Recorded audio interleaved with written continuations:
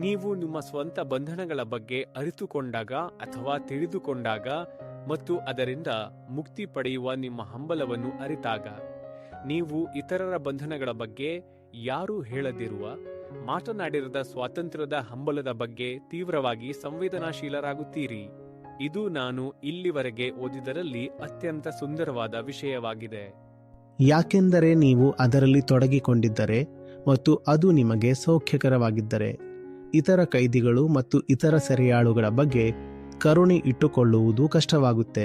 ನೀವು ಯಾವ ಸ್ಥಿತಿಯಲ್ಲಿದ್ದೀರೋ ಅದು ನಿಮಗೆ ಸರಿ ಅನ್ನಿಸಿದ್ದರೆ, ಅದಕ್ಕೆ ನೀವು ರಾಜಿ ಮಾಡಿಕೊಂಡಿದ್ದರೆ, ಇತರರು ಕೂಡ ಅದೇ ಸ್ಥಿತಿಯಲ್ಲಿದ್ದರೆ ಅವರ ಬಗ್ಗೆ ನಿಮಗೆ ಯಾಕೆ ಕೆಟ್ಟದಾಗಿ ಅನ್ನಿಸಬೇಕು?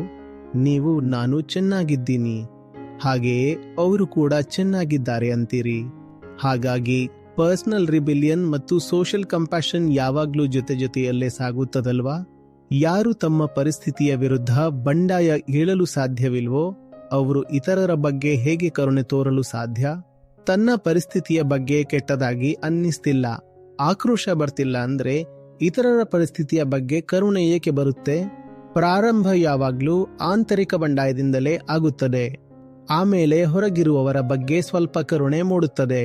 ಮೊದಲ ಹಿಂಸೆ ನಾವು ನಮ್ಮ ಮೇಲೆ ಮಾಡಿಕೊಳ್ಳುತ್ತೇವೆ. ಅಂದ್ರೆ ನಮ್ಮ ಮೇಲೆ ನಾವೇ ಹಿಂಸಾತ್ಮಕರಾಗಿರುವಾಗ ಇತರರ ಬಗ್ಗೆ ಕರುಣೆ, ಪ್ರೀತಿ ತೋರಲು ಬಯಸುತ್ತೇವೆ. ಅದು ಹೇಗೆ ಸಾಧ್ಯ?